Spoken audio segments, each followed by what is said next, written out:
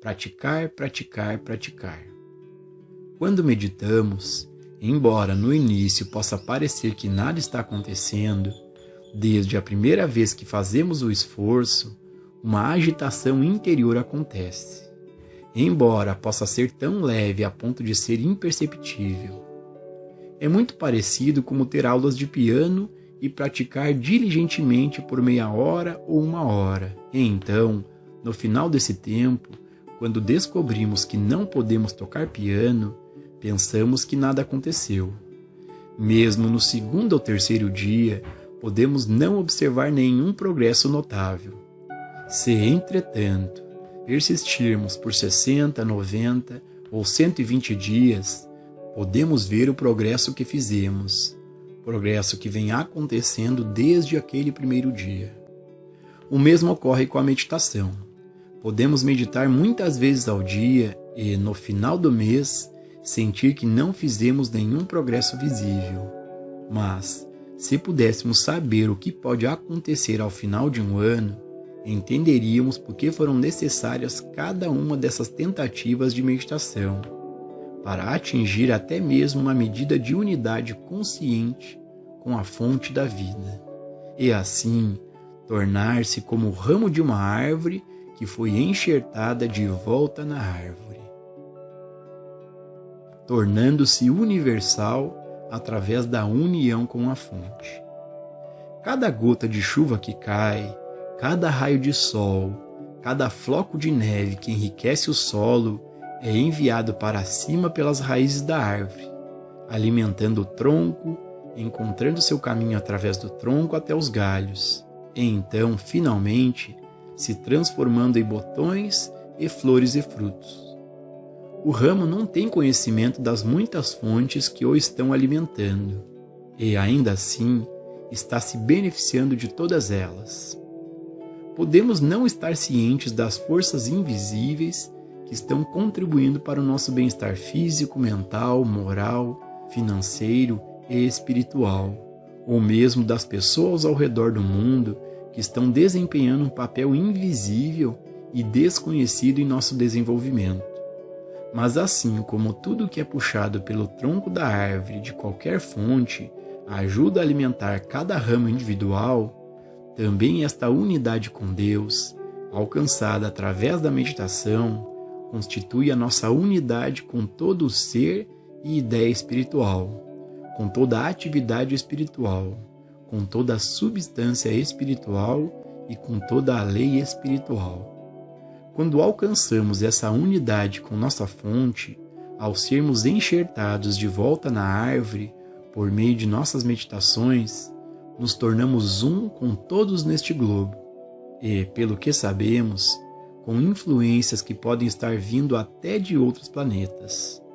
Não sabemos de onde vem o nosso bem, só sabemos que, se estivermos em harmonia com Deus em nossa meditação, estaremos em harmonia com todo o universo, e todo o bem desse universo fará parte de nossa experiência individual. Quando somos conscientemente um com Deus, nos tornamos universais. Universais na oportunidade de servir e universais no sentido de sermos alimentados e cuidados por uma fonte universal, e não apenas pelo que vemos ou conhecemos. Assim, toda meditação é uma união com nossa fonte que, por sua vez, nos une uns aos outros. Quando em nossas aulas, palestras ou reuniões de grupos de estudo nos unimos em meditação com nossa fonte, devemos lembrar que há apenas uma fonte a que todos podem recorrer e, portanto, quando somos um com nossa fonte, somos uns com os outros. Isso não significa apenas com aqueles que estão fisicamente presentes. Sendo conscientemente um com Deus e um com o grupo com o qual encontramos, somos também um com o outro universalmente e, eventualmente, todos aqueles de nosso próprio estado de consciência são conduzidos a nós ou somos conduzidos a eles. Onde quer que estejam no tempo e no espaço, nós os encontraremos, e onde quer que estejamos no tempo ou no espaço, Eles nos encontrarão e haverá a oportunidade mútua de compartilhar espiritualmente. Podemos não encontrar pessoalmente todas aquelas pessoas que estão em nosso próprio estado de consciência, nem conheceremos aquelas que são beneficiadas por nossas meditações.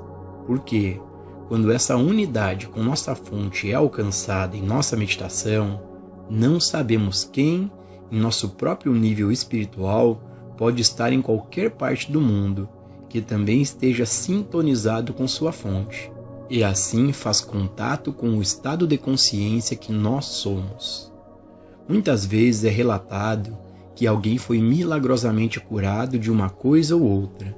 Não havia razão aparente para a sua cura, simplesmente aconteceu, e ele pode nunca descobrir o porquê, nem perceber que, em sua condição extrema, voltou-se para dentro de si e tocou a consciência de alguém, em algum lugar, que também estava em contato com o Pai.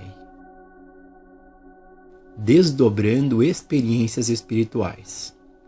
Na literatura mística, há relatos de incontáveis homens que alcançaram o estado místico de unidade consciente com Deus. Com a ajuda das Escrituras e com as revelações dos místicos, é possível embarcar em um programa de vida espiritual individual, de estudo, meditação e prática, até que nos encontremos experimentando alguma medida da cristandade. Não entramos em nossa cristandade apenas em um momento, embora tenhamos experiências místicas durante as quais podemos experimentá-la em sua plenitude. Entretanto, essas são experiências momentâneas, após as quais voltamos à Terra novamente e vivemos com apenas uma pequena medida de discernimento espiritual, enquanto temos a lembrança da experiência em sua totalidade na memória. Conforme os alunos persistem em seu estudo, meditação e busca de instrução, essas experiências espirituais ocorrem com mais frequência, são de maior duração e, eventualmente, muitos alunos entram em uma fase da consciência em que o Espírito está sobre eles, e eles estão mais ou menos continuamente no Espírito, embora nem sempre no mesmo grau. Em outras palavras, eles nunca estão completamente fora do Espírito, mas, por outro lado, raramente podem viver na medida completa da realização espiritual. Vivendo pelo Espírito. Por meio da prática da meditação contemplativa, incorporamos a sabedoria das Escrituras. Esta contemplação, ou reflexão sobre a verdade, entretanto, não é a meditação real, mas apenas um passo que conduz à experiência plena da meditação. A primeira parte de uma meditação contemplativa é a contemplação da verdade, e a segunda parte é ouvir uma resposta do Pai interior.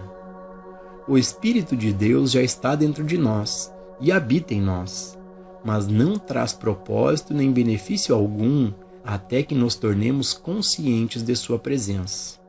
Exatamente como se estivéssemos herdado $100.000, mas se não tivéssemos conhecimento de nossa herança, o dinheiro não teria nenhuma utilidade para nós. Nós o temos, nós o possuímos, temos o título dele, mas não tem valor porque não o conhecemos. Uma vez informados que estes $100.000 são nossos, aceitamos e utilizamos, fazemos o que quisermos com eles. O mesmo ocorre com o Espírito de Deus. O Espírito de Deus habita em nós, mas até que saibamos que ele habita e até que tenhamos consciência dele, ele não pode dar frutos em nossa experiência. A partir do momento em que tivermos a primeira experiência consciente de perceber que existe uma presença dentro de nós, ela nos guiará para a revelação plena e completa da verdade. Se continuarmos nos voltando para ela dentro, no silêncio, de uma forma ou de outra, ela, a presença, começará a ser conhecida. Ela começará a se identificar. E uma vez que tenhamos sido tocados por ela, se continuarmos nos voltando para ela fielmente, seremos conduzidos à sua plenitude. Mas o Consolador, que é o Espírito Santo, a quem o Pai enviará em meu nome, ele vos ensinará todas as coisas. A vida, depois que o Espírito de Deus está sobre nós, é muito diferente de viver como um pedaço de barro da mortalidade. Nossa grande preocupação agora não é com nós mesmos, mas que este Espírito de Deus em nós seja uma bênção para o mundo e para todos que vierem a nosso mundo. Somente quando este Espírito está em nós é que realmente vivemos. A vida então é vivida não pela força e nem pelo poder, mas pelo meu Espírito. Pai, contemplo tua graça e tua vontade para que teu Espírito possa me visitar e para que eu seja dotado do alto por teu Espírito, não por minha sabedoria, não por meu árduo trabalho, mas por teu Espírito. É o Espírito que vivifica, a carne para nada se aproveita. As palavras que eu vos disse são Espírito e são vida. Quando o Espírito de Deus habita em nós, é a palavra de Deus que vive até o nosso corpo, porque então não é o seu corpo ou o meu corpo, é o corpo de Deus. Deixado por si mesmo, este corpo não pode fazer nada e não vai a lugar algum. É o estado de consciência do indivíduo que governa toda a atividade e funcionamento do corpo. Do ponto de vista humano, podemos usar o corpo para propósitos bons ou maus, mas, quando o Espírito de Deus habita em nós, não podemos mais usar o corpo para qualquer propósito. Não é mais o nosso corpo, agora é o corpo de Deus, e é Deus quem determina o que o corpo fará, para onde irá e como será mantido. Em outras palavras, a carne que para nada aproveita está morta. São as palavras que eu, Deus, falo, elas são espírito e são vida, são verdade e são poder. Agora, entreguemos o controle ao Espírito. Pai, este corpo é teu, assim como eu sou teu. Eu sou o teu santo templo, porque tu habitas em mim. Meu corpo é teu templo, porque eu entreguei ao teu uso. Envia-o para onde queres, instrua-o a fazer o que desejas que ele faça. A receptividade é desenvolvida por meio da meditação contemplativa. Todas as funções da meditação contemplativa é nos levar a um ponto de receptividade em que o Pai fala conosco. Realmente não faz diferença se Deus fala em voz audível, se estamos apenas recebendo impressões ou se estamos instintivamente fazendo o que o Espírito nos força a fazer. O Espírito se dá a conhecer de tantas maneiras diferentes que ninguém pode supor como ele falará a qualquer pessoa. Por fim, a meditação contemplativa nos leva a um ponto de entrega em que nossa alma, mente e corpo pertencem ao Espírito de Deus, porque o Espírito de Deus habita em nós. O Senhor aperfeiçoará o que me diz respeito. Não há preocupação nem inquietação com as coisas do mundo exterior, porque o Espírito de Deus que habita em mim faz a obra que me foi dada para fazer. O governo está sobre seus ombros. Em nossa contemplação da verdade, alcançamos um nível onde a verdade não chega mais, e parece que chegamos ao fim de nossa contemplação. Este é o momento em que entramos na verdadeira meditação. Pensamos tudo o que podíamos pensar sobre Deus, dissemos tudo o que podíamos dizer sobre Deus, repetimos todas as promessas, trouxemos a palavra de Deus à lembrança consciente, e agora é a vez de Deus. Fala, Senhor, e eu vou ouvir. Fala comigo, Senhor. Faz-me conhecer a tua vontade. Torna o teu caminho claro para mim. Vivifica o teu espírito dentro de mim. Deixa o teu espírito interagir com o meu espírito. Nessa humildade de espírito, o silêncio se aprofunda e ficamos em completo estado de receptividade, escuta e expectativa. Tua vontade é feita em mim, teu Espírito prospera em meu caminho, teu Espírito me alimenta, veste e me abriga. Teu Espírito é minha capacidade e minha habilidade. É o teu Espírito que me desperta e dá vida. A carne está morta, é o nada. Teu Espírito dá vida. Fala, Senhor, porque o teu servo escuta. E assim, continuamos descansando no Espírito por 1, 2, 3 ou 4 minutos. E assim continuamos descansando no Espírito por 1, 2, 3 ou 4 minutos. Então, continuamos com nossos afazeres. Se a princípio não recebemos resposta e nada parece acontecer, isso não nos deve perturbar. Desde o primeiro momento em que nos engajamos na meditação contemplativa, algo está acontecendo. É apenas uma questão de quando vai se tornar visível no exterior. À medida em que continuamos essa prática, chega o dia em que o Espírito do Senhor Deus está sobre nós e sentimos conscientemente a presença de Deus. Cada um a sente de uma maneira diferente, pois não existe uma maneira particular de identificá-la. Basta sabermos que algo aconteceu. Sabemos que agora existe uma presença conosco, e mesmo que ela não permaneça, voltando dia após dia à nossa meditação contemplativa, entramos na meditação plena e recebemos a palavra de Deus, que é a nossa vida. Uma técnica para transcender a mente. É transcendendo a mente e o pensamento, na capacidade de abster-se de falar e de alcançar e manter uma quietude interior, que a experiência meditativa é realizada. Essa quietude interior é alcançada quando somos capazes de olhar para uma pessoa, coisa ou condição sem rotulá-la como boa ou má. Então, a mente não tem mais nada para aprender ou pensar, não tem nada com que se preocupar e não tem nada com que se alegrar, simplesmente aquieta-se.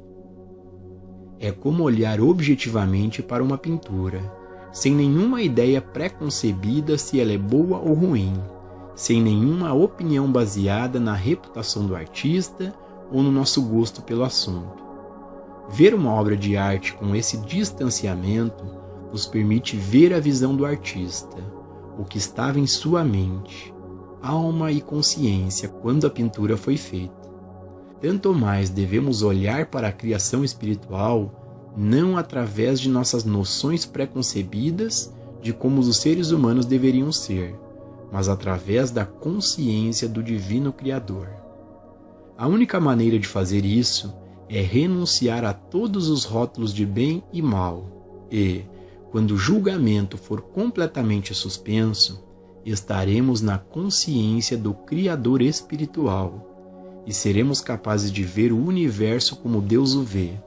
Agora, entramos na mente de Deus, ou, inversamente, quando a mente que está julgando e rotulando está quieta, a mente de Deus torna-se a nossa mente ativa. Mas não pode haver nenhuma mente de Deus funcionando em nós enquanto nossa mente estiver formando julgamentos de bem ou de mal. Porque, enquanto estamos vendo pessoas, coisas ou condições como boas ou más, estamos usando padrões humanos de julgamento, e nenhum julgamento humano pode jamais ver a verdadeira natureza da criação. Se quisermos ver este mundo corretamente, devemos vê-lo com os olhos de Deus, ou a consciência. E isso não podemos fazer até que a mente humana esteja quieta e tenha abandonado seus julgamentos quanto ao bem e ao mal. Uma prática desse tipo nos ajuda a evitar reações às aparências externas. Isso é difícil, mas quando a capacidade de não reagir às aparências é alcançada, e todos os alunos sérios, mais cedo ou mais tarde, chegam a este ponto, a cura espiritual vem fácil e naturalmente. Teremos percorrido um longo caminho em nossa jornada espiritual, se pudermos ver doenças, pecado, alcoolismo e todas as outras aparências sem reagir a elas, não tentando curá-las ou mudá-las, mas sempre lembrando conscientemente de não julgar pelas aparências. Quem me fez um juízo sobre vós? Não aceito as aparências. Aceito a verdade de que o Espírito de Deus está dentro de você, não importa quem seja você. Prisioneiro em uma prisão, ladrão na rua, alcoólatra na esquina ou moribundo em um hospital. Não devemos reagir às aparências. Devemos lembrar que, uma vez que Deus é onipresença, independente da aparência que vemos com os nossos olhos, é apenas uma aparência. E porque é apenas uma aparência, não devemos fazer nada a respeito, exceto reconhecê-la como tal. Isso é discernimento espiritual. Essa é a capacidade de não acreditar no que nossos olhos veem e de não julgar pelas aparências. Todo trabalho de cura espiritual é baseado nesse ponto. Se, ao receber um pedido de ajuda, um praticante sentasse e tentasse curar alguém, ele não seria um praticante por muito tempo. Um praticante de cura espiritual nada sabe sobre o que é chamado de cura. Tudo o que constitui um curador espiritual é um discernimento interno de que Deus é a vida individual e, portanto, a vida imortal, eterna e indestrutível. Um discernimento espiritual que consiste em não julgar pelas aparências.